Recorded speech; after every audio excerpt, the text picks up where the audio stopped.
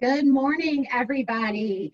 My name is Leslie Nelson Bernier, and I have the privilege of serving as the president of the UNC Health Foundation. And I just want to welcome you all to the fourth episode of our COVID-19 Game Changers series. You're in for another real treat today. We've got presentations by Dr. Mike Cohen and Dr. Billy Fischer, and an update on our COVID-19 response from Dr. Wesley Burks. A couple of just reminders as we get started. Please use the chat feature to talk with one another. We want this to be interactive. If you have questions for our panelists, please feel free to pop those up in the question and answer boxes, and we'll get to your questions.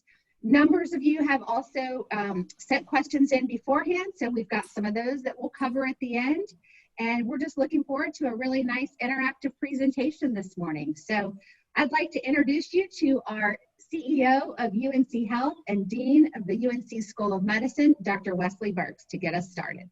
Dr. Burks? Yeah, thank you, Leslie, and thank all of you for taking the time to join us today.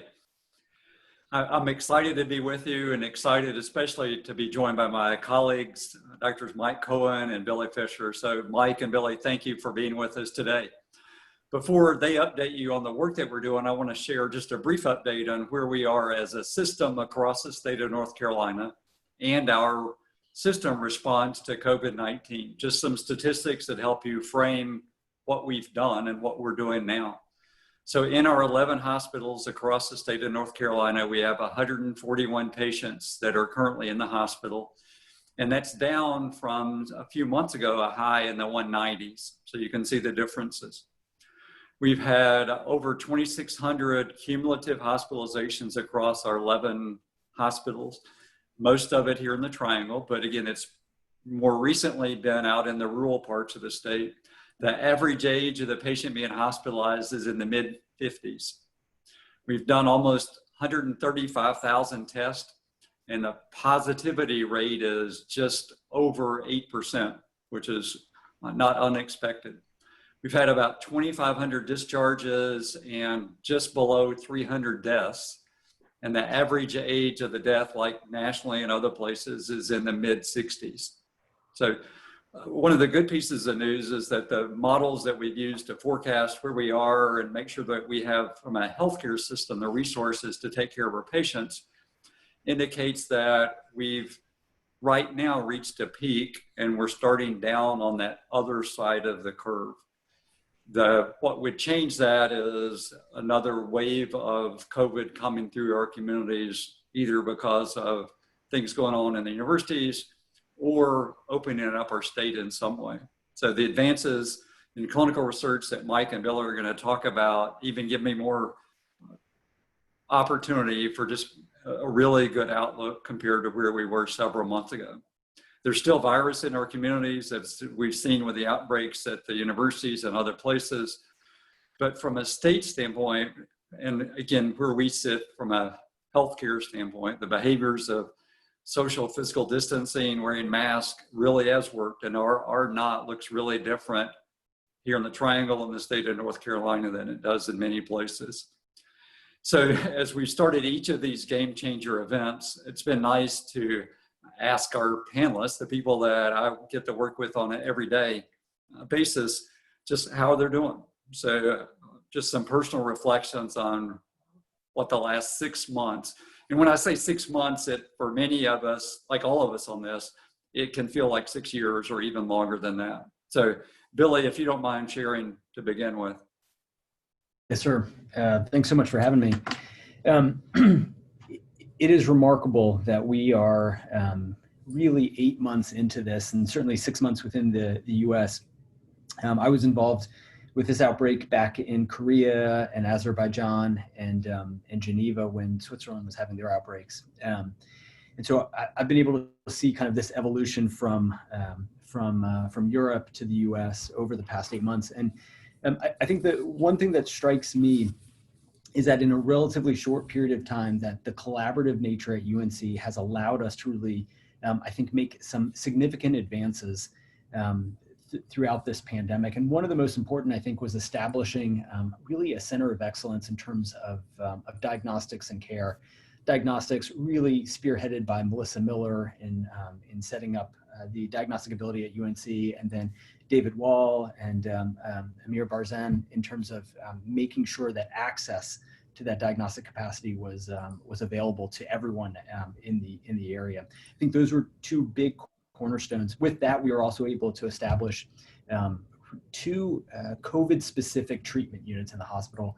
And we've done it at such a high level and collaborative nature that we haven't seen any healthcare workers become infected who have provided care to COVID patients. And so I think for me, this has been one of the most impressive responses to this outbreak that I've seen. And so, and I think it has established a foundation on which that we have continued to build and are now expanding that effort beyond diagnostics and care to therapeutics and vaccination.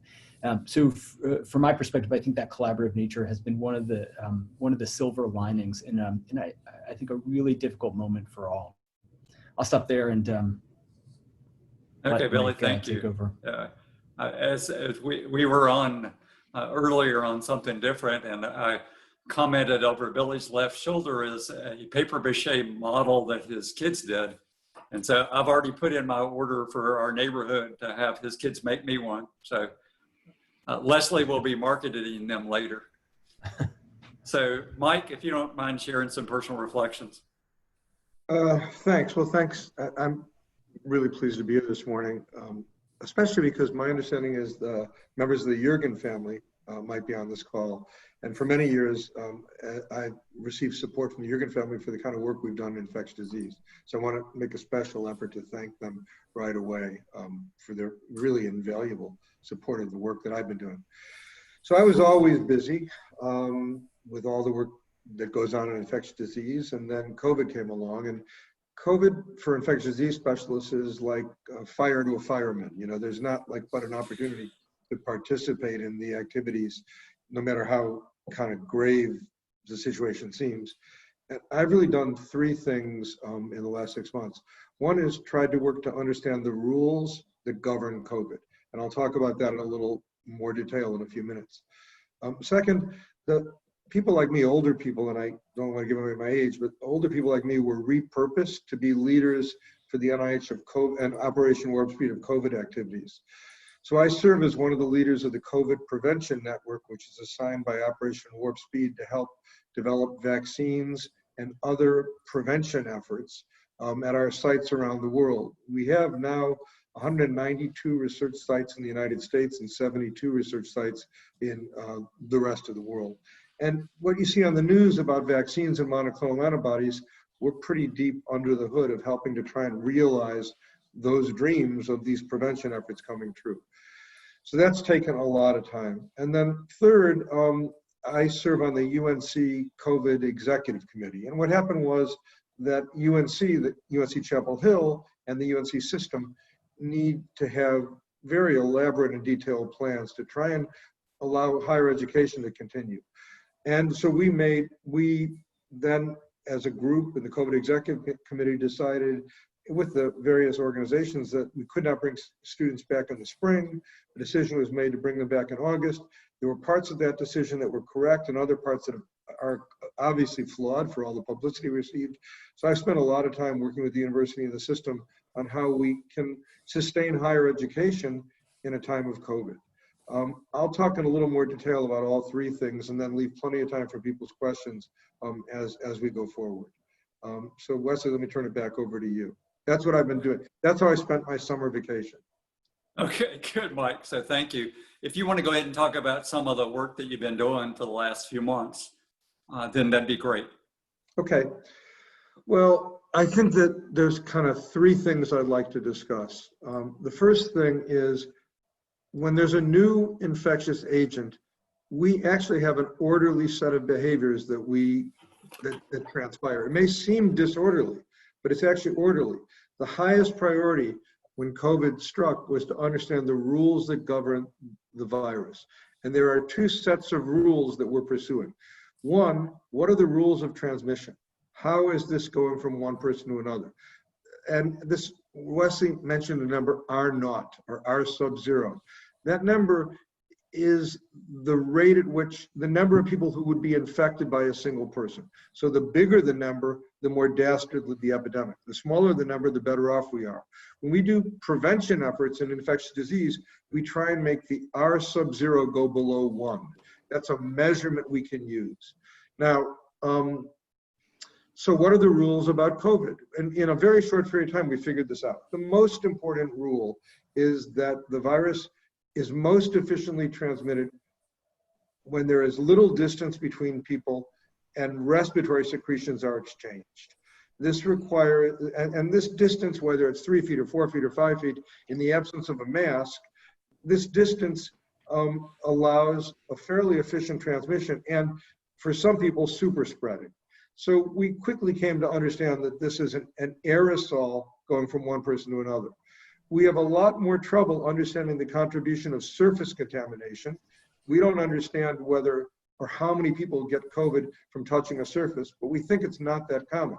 So that's not to mean that hand washing and hygiene is not important. It just means that's not the most important means of transmission. And likewise, we don't believe that the virus hangs around in rooms for long periods of time. You can detect it, but probably not at the concentration required for efficient transmission. So we came to understand transmission as we understand it today pretty well. The second thing we tried to understand is the rules that govern progression of disease. And it turns out like this, that about half the people who acquire COVID in their nose don't go on to symptoms. So they're asymptomatic. And the thing that makes COVID worse than SARS-1 is that asymptomatic people can transmit infection. Some people are pre-symptomatic. They're going to go on to develop symptoms, but they can transmit efficiently before they get symptoms. So that again gets us a little bit back to the rules of transmission. And the vast majority of people who get COVID, depending on their age and their weight and other underlying diseases, will not suffer consequences of the disease. So we can have 80, 100,000 college students infected with very few going on to severe disease. On the other hand, people in their 60s, 70s, and 80s, especially with hypertension and obesity, they suffer consequences of COVID. And those consequences are the second thing that's being studied. What's this disease look like? And we know it's mostly a pneumonia. Lilly will talk about that in more detail. And there's also blood clotting and heart disease associated with COVID. So we have organ systems going bad all concomitantly, and those people are going to get sicker. So the first thing in summary that is important to us are the rules that govern infection and disease. The second thing is, okay, what are we going to do about it? So we only have we have three options. The number one option in any epidemic situation is behavior change. That's the very first thing we should do or try to do. And what we saw was countries that could inspire massive behavior change, which in this case simply requires good masks and some distancing and few indoor events, those countries do not have a COVID problem. But in the US, we've run into trouble. We do not seem to be able to inspire this behavior change. So we see the population divided into those wearing masks and those not wearing masks. Masks work. There's no doubt about it. We have a hospital with 0 infections among healthcare workers because they wear masks. So beyond masks, what are we going to do? We try and develop treatments. Billy will talk in more detail about treatments being developed at UNC. We have several that we're working on. He's an investigator on some of those trials. And the treatments would be designed to prevent progression of disease, and in addition, beyond preventing progression of disease, to stop the transmission of disease. So again, Billy's working on a study in which our highest priority is to show when you take a pill, you no longer are contagious. If we can prove that people are no longer contagious, it's earth-shaking. And then the third thing we can do, so we have behavior change, treatment, and treatment is prevention. And lastly, immunity. So we argue that people who get COVID might be immune, but we could induce immunity. And the way we induce immunity is with a vaccine. We're working right now on 4 different vaccines. Their trials are well along. We'll have an answer pretty soon whether the vaccines work. We can also give the antibodies that a vaccine makes passively. That's called passive immunity. And so I think you already got a view from an ABC special report of work that we really developed here of giving passive immunity to people living in nursing homes. And that trial is well along of trying to prove that we can stop acquisition of COVID and progression of disease by infusing antibodies, in this case, antibodies made by Eli Lilly, successfully. So the rules, the interventions, and lastly, UNC. UNC had the idea that we could safely bring the students back if we could inspire all masked behavior. The masked behavior was very successful at eliminating infections among the faculty and the staff. We have no faculty infected and virtually no staff infected. So that was a big success. What we were wrong about was the biology meeting anthropology. The biology we understood. We did not understand the anthropology of college students. College students coming back from 6 months in lockdown were just not going to be able to avoid mingling in an unmasked setting. So we, after a very short period of time, went to online classes at UNC, as have almost all other universities, to de-densify. We went to online not because the classrooms are not safe, but in order that the students could go home or not have to live here to go to class. We are now, our highest priority is the spring semester. What's going to happen in the spring semester? And there's a massive amount of work going into looking at everywhere in the world at this age group and what's next. I'll say one last thing. We're pretty sure that in this age group, there's amplified transmission of COVID. That it's not just that they're at risk for COVID because of unmasked behavior, but that the concentrations of COVID in the young people's noses are higher, and so that more readily goes to the next person. So I told you what I've been doing, and I told you the work we're doing, and I'm very optimistic. I want to say the glass of water, in 6 months, we've done an incredible amount of work on this virus that took us 30 years to do on HIV. So our technology is so rapid now that we can make contributions. UNC has been in the center of these activities, and I guess I'm turning it back to Wesley or over to Billy to provide more detail about many of these activities. And then, or am I answering questions first, Alex? No, I am going to ask you a question, Mike. Both personally, professionally, nationally at UNC, what's been the biggest surprise in the last 8 months for you? The biggest surprise. I think the biggest surprise has been the speed of our technologies. And I say we, meaning the whole United States. We're able to make vaccine constructs and start clinical trials with vaccines in 3 months or 4 months after new pathogens identified. It's unbelievable. For monoclonal antibodies, I'm leading the monoclonal antibody efforts to a great extent for the NIH. The paradigm that lets us make monoclonal antibodies, they were made in 41 days, the first monoclonals. So from Regeneron, who's our partner, they started out with, and I can tell you how we do this, but they started out with nothing, and in 41 days, they had made 2 very compelling monoclonals, which are well along in clinical trials. In fact, we'll get results this week from one of the trials probably. So the speed is what amazes me, Wesley. Okay, good. So thanks, Mike. So Billy, you have some updates you want to share with us? Sure. So I think one of the most important things that Mike hasn't talked about is the fact that his influence has permeated through almost every aspect of this university. And I grew up hearing these rules of infectious diseases. And he always taught me the first rule of infectious disease is to never get the infectious disease. And that's really where the vaccines come into play. In the absence of adherence to behavioral changes and in the absence of a vaccine, we have seen a significant number of people infected. As of the most recent sit rep from WHO, there's over 28 million infections and almost 1 million deaths from this pandemic. And so we also have to be really aggressive at trying to provide better care to people who are infected. And that care is really bundled care.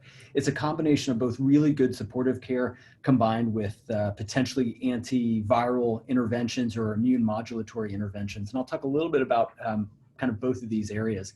First, I think from the supportive care angle, we've learned a lot in a very short period of time about what can get people through this illness. This illness is unique. It's different from flu. We're not seeing a lot of people with chronic respiratory diseases. We're in fact seeing a lot of people with more metabolic diseases, so overweight, diabetes, hypertension. Those are the really highest comorbidities that we're seeing. And so we're trying to sort out how do we get people through with good supportive care. We've learned that proning people, putting them on their stomach while we're delivering them oxygen actually improves their oxygenation in a significant manner. And that supportive care really serves as that foundation of care so that as we have new therapeutics, we can introduce them on this strong foundation. Now, two of the most promising therapeutics are being led by UNC. So the first one is a monoclonal antibody developed by Eli Lilly. And UNC is one of the leaders in this study. This is part of the Active2 platform.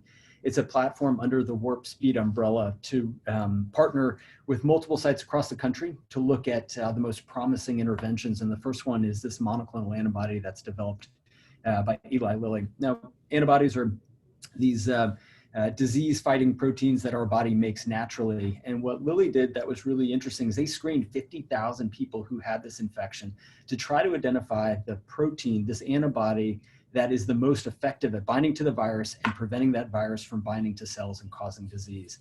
And then they made a ton of it. So we are actually giving people 7 grams of antibody every time they get infused. And so that's a really big deal. We've learned that monoclonal antibodies can be really effective in severe viral infections. We saw in Ebola in the Democratic Republic of Congo that this led to improved outcomes. And so we're trying it again with this disease. UNC has recruited more people than any other institution across the country so far into this study. This is led by David Wall and Joe Iran. So this is exciting to be able to partner with academic institutions across the country to try to see if this treatment reduces viral replication and improves outcomes. And so the first part of the study is a phase 2, and that will involve about 200 people. So we're actively, no pun intended, recruiting people into the study to try to determine if this is an effective therapeutic. But it requires some resources because we have to provide an infusion. So we're also leading the charge on an oral antiviral agent that's called EIDD-2801 that was developed out of Emory, actually. And Merck has now taken over the development, so they've changed the letters and numbers to MK4482. And so this is exciting because it's an oral antiviral that has been demonstrated to be really potent against all coronaviruses, not just SARS-CoV-2, but SARS-CoV-1, as well as MERS coronavirus as well. And that work was done in Ralph Barrick and Tim Sheehan's lab here at UNC, demonstrating really good efficacy in animal models and in vitro. And so we are leading that study, and that is going to be also a multi-site study as well. And so we're about 50% through enrollment for that study. But that's really exciting to potentially have an oral antiviral agent to see if it can decrease viral replication, potentially decrease progression of illness, and hopefully even decrease transmission to other people. Another one of Mike-isms that we hear a lot about is treatment as prevention. If we can treat people early enough, we can prevent spread of the disease. And so it's a two-pronged approach: decrease illness in the host and potentially prevent transmission to other individuals. And so we're really attacking this on a two-front system with both the monoclonal antibodies as well as the direct-acting antivirals. I'll stop there. Happy to answer. Billy, let me ask you a question before you go on. I have a question. I have a question. Yes. Michael, you and your colleagues should be charter members of the UNC Society of Covidians. The clotting, have you considered using anticoagulants? So I was going to ask Billy, let me answer the question and round off, and Billy can. So actually, that's a really good. The active platform has 4 components. Active 1 is anti-inflammatories, and as you probably see on the news, dexamethasone has been shown to be of benefit in reducing morbidity and mortality. But many companies are making other anti-inflammatory agents, like the things you see on the 6:30 news for psoriasis and these other diseases. So one of our colleagues is leading the work in Active 1, anti-inflammatories. Active 2 is outpatient monoclonal antibodies and EIDD. Active 3, which we're doing as well, is inpatient monoclonal antibodies and other drugs. Active 4, led by our hematology division, coagulation division, and their partners in Active 4 is anticoagulation. Because as whoever asked that question points out, a big part of the death from COVID is coagulopathy, blood clots that form that kill people. And I think I'm going to speak for Billy. He's the pulmonary guy, but why should I not say something? I think one of the things that Billy pointed out to me very early is that oxygen's a drug. I don't think of it that way, but oxygen's a drug that makes a big difference. And what he was seeing, I think, is people whose lung tissue was not so compromised, but who were very oxygen deprived because blood clots were preventing the red blood cells from traveling to the lung. And I think the anticoagulation thing is a really big deal. Billy, I didn't mean to steal your thunder. You know so much more about this. So for Mike and Billy together, what's different about this virus compared to other viruses that lead to that coagulopathy? There are no, to my knowledge, there are no other viruses. The coagulopathies that Billy's worked on before are bleeding diathesis, the people bleed to death. This is a virus that causes blood clots. And I think somehow through the ACE2 receptor, Billy, take over. You know so much more about this than I do. It's a really good question. And I wish I had the answer. We'd be in a different place if we had the answer. We see blood clots quite frequently in people who have critical illness. We see more in COVID than we do in normal critical illness. And I don't know what the driving factor is. Initially, early on, it was thought to be this, what people were calling a cytokine storm, this over-exuberant immune response.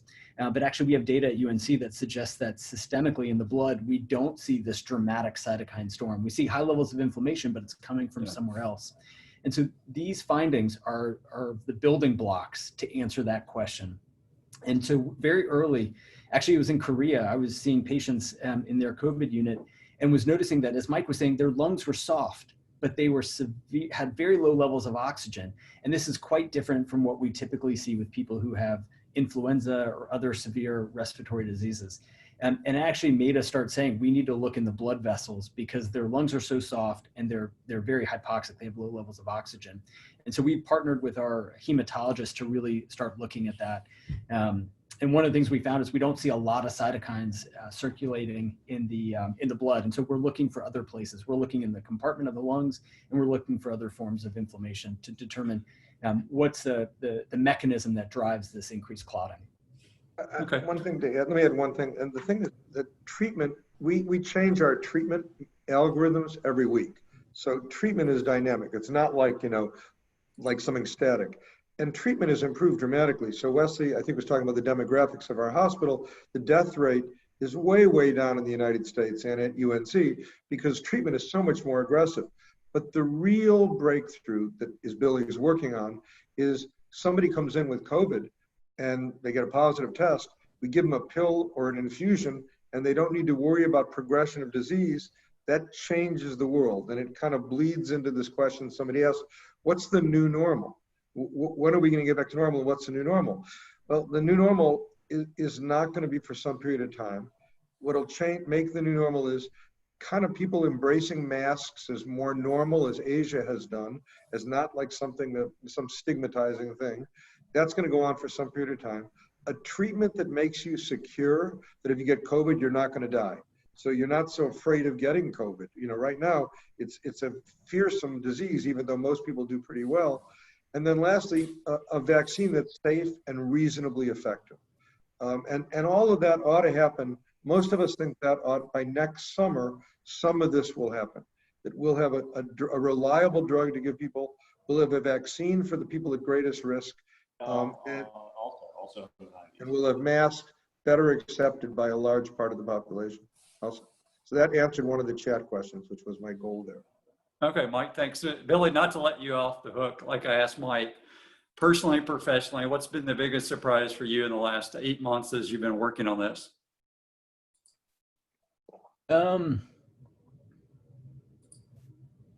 That's a tough question to answer. I think I have two big surprises. I think one is that, unfortunately, all of Mike's isms are true, and they have they have remained in front of everybody. But the problem is that they have remained true for every outbreak that I've been involved with. Multiple Ebola outbreaks, Lassa fever. these outbreaks don't end with the introduction of a newfangled vaccine. It really is a multi-pronged approach. Behavioral change, vaccinations, and therapeutics. It's coupled care. And so, it's really true though. It's about behavior change. It's about the first rule of infectious disease is to not get the infectious disease, and then to also learn the rules of the infectious disease. Dr. Sanders, we'll get to you in just a second. Yeah, and that, Yes. that probably was About the heart. strategy at that point. Is a cardiac problem due to the coagulopathy or myocarditis? So there are reports of increased rates. So the problem with it, the problem is if you look, you can find cardiac injury. So if I measure markers of cardiac injury in people in the ICU, and even on the floor, I will find levels that are consistent with cardiac injury. Delineating whether that's from their critical illness or their severe illness or whether it's from the virus is more difficult. I think though clinically significant cardiac injury is rare in this population, but we will continue to hear about it.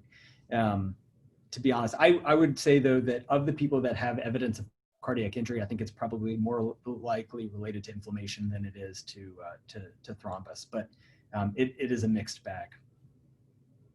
Okay, so Mike, you alluded to earlier, and this is in response to one of the questions, the concentration of virus in that adolescent young adult group, the college age group, was different. How is it different than middle-aged, older adults and kids? Okay, this is going to be a long-winded answer. So let me apologize.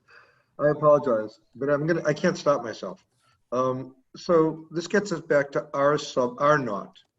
What are the components of R naught? R naught is by multiplying three things together: the number of people exposed to whatever pathogen, like in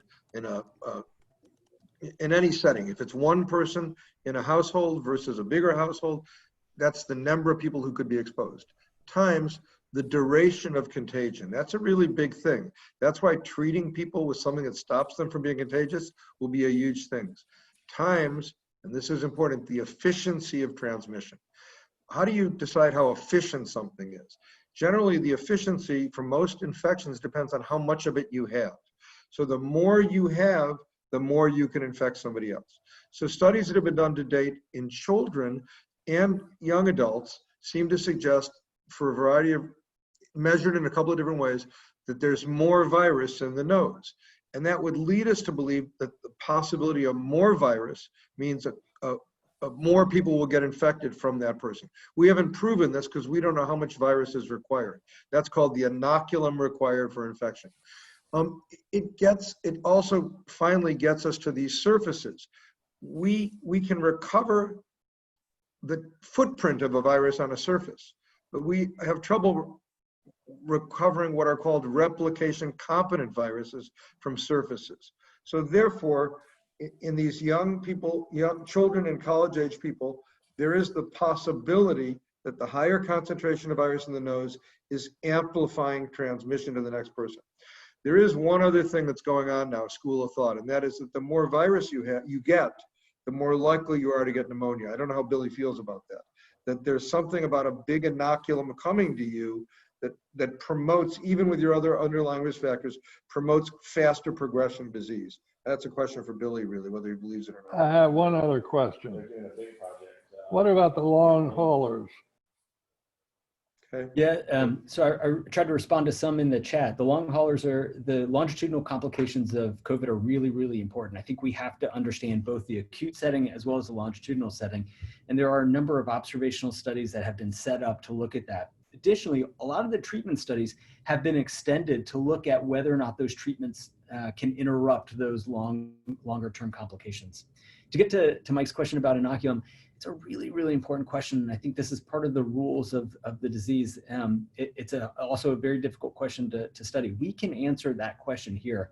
So I lead a study in collaboration with Dirk Dittmer to look at viral sequences, but we can also look at viral levels on people that are admitted to the hospital and determine whether viral load predicts severity of illness. There's been some suggestion early on. We just haven't seen any really good data since then about whether viral load predicts more severe disease. So Billy and Mike, one of the questions asked, and it's been answered on the chat, but just to talk about it, for individuals, particularly young adults that have had COVID, in follow-up, if there is, what needs to be done? Is it just symptomatic follow-up? Is what should individuals do? Billy, you go first. And here we haven't ever colluded, so I don't know what he believes. So I'm gonna hear his belief system, then I'll give my belief system. They may not be lined up. Yeah, no, and that's how we. That's the beauty of the relationship. I'm usually told whether I'm right or wrong, so that's why I go first. So in young individuals that have the disease, they typically have very mild illness, which is really, really fortunate on one hand, because it's great for them that they don't get so sick. On the other hand, it means that they are in circulation a lot longer and have the potential to spread the disease. I typically don't screen people who have gone through their course of illness for cardiac involvement in particular, unless they have signs or symptoms of that, of cardiac involvement. So if they have shortness of breath, exercise intolerance, swelling, any kind of manifestation of cardiac involvement, I will pursue that on a symptom-related basis. But I'm not regularly, routinely screening young people for cardiac involvement at this time. But we're in the middle of this, and so we're learning. Let me add, Billy. Let me just add. Okay, so I think, again, this is a dynamic thing right now. I think that every organ, so every specialty is worried about their organ. It's not like just, we're talking about the heart, but the neurologists are worried about people complaining of brain fog and headaches that are persistent. Clearly, there's something going on in the nervous system because some people lose sense and smell and taste. And for some people, it never comes back. And I've talked to a bunch of students from UNC. We had more than 1,000, and a substantial number lost smell and taste for about a week. And I asked them what it was like and so on and so forth. So there's neurological complications that might be sustained. There's heart complications, which clearly have been demonstrated to be sustained. There's transient blood clotting, but that might lead to some longer term problems. We've seen people with amputations and all kinds of other things in New York City that haven't been suffered so much here. So it's kind of like, so the real question is, from the time we worry that somebody has COVID, what test, if any, should we do? How long are they in isolation or quarantine if they're a family member? When they feel better, is there anything else we do in follow-up? And if they don't feel better, what do we do in follow-up? So what we're starting to consider is, well, who's going to manage a clinic, a COVID recovery clinic? And that's in discussion right now. I had 10 emails last week of people who want to come here for long-term follow-up of COVID. So this is going to happen. I don't think we're organized right now, whether it's going to be pulmonary or ID or hematology or some group together. I'm not sure. We're talking about it because no one, the quote long haulers, it's a new phenomenon. But I'll stop. So let's talk a little bit more about the vaccine and vaccine developments. Mike, you and Billy are both involved in lots of different treatment trials and options. Mike, particularly nationally, about all the different kinds of vaccines that you alluded to earlier. Talk a little bit about your outlook for the next 6 to 9 months for a vaccine or vaccines and what you think will play out. Okay. Well, I'm going to be pretty detailed. This, again, will be more than a paragraph, so I apologize. The first thing to realize is that the vaccine studies that are being done are very large, and the end point of the vaccine studies is not prevention of the acquisition of disease. A home run would be that the vaccine stops you from getting the disease. The actual endpoint is proving that people at higher risk did not progress in their disease. That is, they got the vaccine, they got an infection, and they never got pneumonia or terrible pneumonia. And by the way, that's true of other vaccines we give as well. The flu vaccine studies are really not to prevent flu, they're to prevent complications of flu. The pneumococcal pneumonia vaccine is not to prevent pneumonia, it's to prevent death from bacteremia. So these vaccines, it's the first thing to see what our endpoint is, progression of disease. Then we have 3 kinds of vaccines that are being tested. And here I'm going to offer an opinion. There's the one kind of vaccine is brand new. The species has never used it before. It's giving messenger RNA as a shot twice to force you to make antibodies that will prevent COVID. And we know that the first phase of people who've gotten these vaccines tolerated the vaccines. Some at a higher dose, they had fevers and headaches, but they tolerated them so far, and they made antibodies against the vaccines, against COVID. Is it enough antibody? Does it stop progression of disease? Is the antibody in the right place?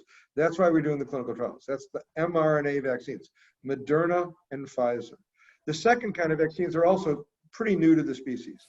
We're going to take an adenovirus that occurs in nature, and we're going to take that and package the genes that will make an antibody, and we're going to give you the adenovirus. And the first one out of the gate is AstraZeneca chimpanzee adenovirus, and that got a lot of publicity last week because they halted their trial.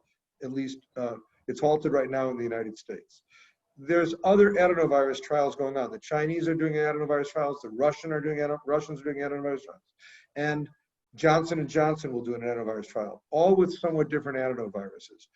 Again, it's a new idea. To my knowledge, I heard, Billy will know this, I heard they licensed the Ebola adenovirus vaccine. Is that true, Billy? They just licensed an Ebola virus. So that's the first licensed adenovirus vaccine. And then the companies doing adenoviruses, as I said, are Johnson & Johnson, Oxford, the vaccine AstraZeneca, China, Sinovac, Russia. They're all doing adenovirus platforms. The last are the tried and true vaccines, the ones we know how to do. And this is Novavax and Sanofi. These are protein vaccines with what's called an adjuvant. And all these vaccines are in play. All have left the train station. There's no vaccine, even Merck, which is making a vaccine with another viral vector, a VZV. Every vaccine has left the train station. And every company has gotten huge amounts of federal dollars to make the vaccines just in case they work, right? So what we're doing now, and I don't oppose this, is we're making vaccines that may or may not work, so we have them ready in case they work. So we spent $15 billion in the last 4 months on getting ready for these vaccines. So in summary, mRNA vaccines, protein vaccines, and viral vaccines. Those are the three platforms. All have left the train station. Now, the time frames. Every one of these vaccines ought to have a readout by early next year, okay? If the right people are given the vaccines. There's a lot of press about this too, and I can go into more detail, but I won't. Also, Bill, you wanted to add something? You had that. No, I was just going to say that the licensed Ebola vaccine is the vesicular stomatitis virus vaccine. VZV. Yeah, that was made by Merck. I actually received it. How did it feel? I mean, I received it during a unique period of time. I was in the forest region of Guinea in a major Ebola outbreak, and yeah, I did great. These vaccines will have more side effects than people are used to. They'll have fevers and headaches at a higher level. For the chimp-ad vaccine, it is recommended you receive high dose acetaminophen every time you get it, especially the second dose. So there's going to be more side effects, more local side effects, reactogenicity we call it. I'll stop there. Also, Mike and Billy, with that as a background, the different types of vaccines, what do you think is going to happen by March, April? What's going to be out there? I probably know more. I think that first, the other thing to know is who gets the vaccine. What's the ethics of this? So the National Academy of Medicine has a committee that you can access by going to NASEM.com, and you can see the committee report. You can download it for free. It tells you what the priority. So this is the government working with the National Academy of Medicine to prioritize. Not surprisingly, the highest priority are healthcare workers. So I believe by March or April, healthcare workers will have an opportunity to be vaccinated. The question for you, Wesley, is the vaccine going to be mandatory or volitional? That's the most important question, because healthcare workers are wearing masks, so that that while it's good to vaccinate them, we have no healthcare workers infected that we're proud to say, and very proud to say. So healthcare workers is the highest priority. The next priority will be people with comorbidities, and then the third priority would probably be teachers and in that setting. The comorbidity issue, we don't know if the people with comorbidities will tolerate the vaccines well or make antibodies well. And that's not being done very well right now, people in their 60s and 70s. So we're getting ready to do a big trial in the spring in nursing homes of vaccines. But I think in March, Wesley, your decision will be, because right now at UNC, all healthcare workers must receive influenza vaccine. Right. Your question is, will healthcare workers have mandatory COVID vaccine? I'll stop there. So what do you and Billy, what do you think about that? I think it's your decision. I get paid for cognitive stuff, not for decisions. It depends on the data, and the data, we always have to follow that pathway. We get into trouble when we try to shortcut that pathway, and we have to follow the data. The data will tell us, but I wouldn't make any decisions until that data is available, safety and efficacy. And that's true for therapeutics as well. Yeah. So Mike earlier talked about three things: behavior change, treatment options, and then immunity. Again, speculating studies about the different types of vaccines, studies, Billy, that you're leading here about different types of passive antibody treatment. What's more likely that we're going to personally see done in March, April? Is it the passive antibodies? Is it the vaccines, or both? Billy, do you want, let me answer. So they're really apples and oranges. No, they're bookends. They're bookends. Vaccines are for large populations, and we're going to have. And vaccines are the mother lode of our investment for sure. Monoclonal antibodies for prevention, we can achieve 1,000 times more antibody by giving an antibody than a vaccine can make, and we can get that antibody to you immediately. So the use of monoclonal antibodies is not as a replacement or alternative to vaccines. It's for people who can't get a vaccine because they are allergic or because you need urgency. You're in a nursing home with 2 cases, and now you've got 100 people living there and 100 employees. We're trying to give all the people in the nursing home that will take it the monoclonal as a SWAT team. Vaccines take months to work. Monoclonals take hours to work. So they're really bookends. The third part about monoclonals is if you're already infected and they're an effective treatment, you've given early treatment to people who get monoclonals. So we're very excited about our monoclonal program, but it's not in competition with the vaccine program. They're kind of a bookend, and monoclonals are for much smaller numbers of people, actually. And there's 2 monoclonals in trials. Billy talked about Eli Lilly, which is a great partner of ours. The other big partners of ours is Regeneron. Eli Lilly's trial for prevention's in nursing homes, and it's quite remarkable. And I think you already have an ABC clip of what we're doing. The Regeneron trial is households. If a household member is infected, the probability that other members will get infected is greater than 10%. So when somebody comes in with COVID, we say, would you allow your household to enter our trial? We have hundreds of households enrolled in this trial as well. I'll stop. So Billy, additional thoughts? Yeah, the only thing I'd add is I like Mike's metaphor about the bookends. I think there are tools in your toolbox, and you have to know when to use the right thing. Typically, a vaccine takes at least 2 to 4 weeks before it elicits immunity, if it elicits immunity or protection. Whereas the monoclonal antibody is infused in about an hour, and that provides both treatment, potentially if you're already infected, or prevention. And so I think there are clear advantages to having both of those tools in your toolbox. So there's a question on the chat box about how to get access to the studies. And so Leslie Allison will put a website out there for you to find, to be able to identify that. And there's a mechanism for people to enroll. So I would say one thing, that the advancement and the advancement of treatments and prevention and the discovery of cures is completely dependent on participants enrolling in these studies. And so this is a key moment in the history of this outbreak, in the history of this pandemic, in that if we do see people, or if you do become infected and are interested in these trials, you guys can be the leading edge of that cure discovery. And that's a really important point for us. The COVID prevention network site, which is where you sign up for the prevention activities, that's got 400,000 Americans who signed up. So the interest in contributing, the altruism and such, they're really there. And I think that we should recognize that. Now, so not everybody gets selected because you might sign up, but we're looking for people who are fat and old, like me, basically. I'm like the poster. There's and we can give people the COVID Prevention Network site and other ways to sign up. For the treatment trials, you need to be COVID infected. Then you go to a university that's doing COVID trials. Most are doing them. Okay, so early on in the outbreak, people talked about at-risk groups, those with hypertension that you alluded to, other chronic serious illnesses, age. What are now 6 months into it? What are those risk factors? What are they really? Age, and then age. And how about age?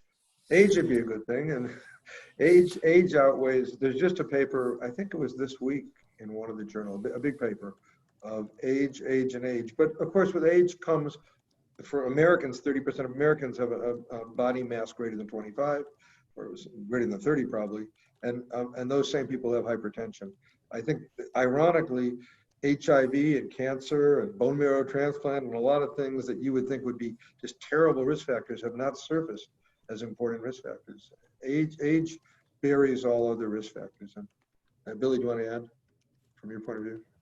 So I think that's I think Mike has clearly identified age as an important risk factor because that's what we're seeing. But I think there are also diabetes, hypertension, obesity. Minorities are key metabolic drivers of this disease. And then underrepresented minorities are a major risk factor. And that is largely due to many social determinants of health that are overrepresented in those groups. And so in addition to focusing on the science of advancing prevention and therapeutics, we are also really working hard with community partners to ensure access to those by all communities within North Carolina and internationally as well. So just to ask a personal question for each of you, travel. Would you get on an airplane? Would you go someplace now? Billy, you first. So airplanes actually filter the air pretty well. And so I think with the right precautions, I would get on an airplane. I am trying to fly out to Liberia in the next couple of weeks, which is probably a bad time to tell Mike about this. But so I think, again, if you do the basic things well, you can keep yourself safe. And I think we have demonstrated this time and time again in our COVID units in the hospital. And we don't have a vaccine. We're not taking therapeutics in that space. What we're doing is behavioral modifications. And so I do think that that it can be safe to be in an airplane if you take the right precautions. But it's not a no risk zone. It would be called, depending on the behavioral modifications, you could reduce it to a low risk area. Yeah, I agree. I think that wearing a mask, I would certainly wear a mask the whole time. And I think wearing a mask is, and I would only get on a plane, wearing a mask is not about your mask, it's about your other person's mask. The most important thing about the mask is it's going to prevent the person from sneezing and coughing and expelling a virus. So have planes that where the attendants, the airline personnel are really committed to everyone's got to wear a mask and we're not leaving the gate if you're not wearing a mask, that I think reduces the risk to a very, very low number. We haven't had enough travel now to study this in detail, but the U.S. has opened its air travel, and Dr. Fischer's parents just flew back from Switzerland, where they've been living, and they are uninfected. So it's a personal example. But Mike brings up a really important point: is that the mask protects other people, and so you have to be in a setting where everybody's embracing that behavioral change. But if you are wearing a mask in a crowded environment where other people are not wearing a mask, that's a risk. And so it really forces this pandemic offers us an opportunity to think about our lives and how our actions impact the lives of those around us. This is an opportunity. You asked me a question. I'm going to tell you the thing. You said, what's the most surprising thing? I would say that the most upsetting, the heartbreaking thing is the pandemic in the United States is a function of a lot of things, our inability to inspire behavior change. We don't need to have this the way it is.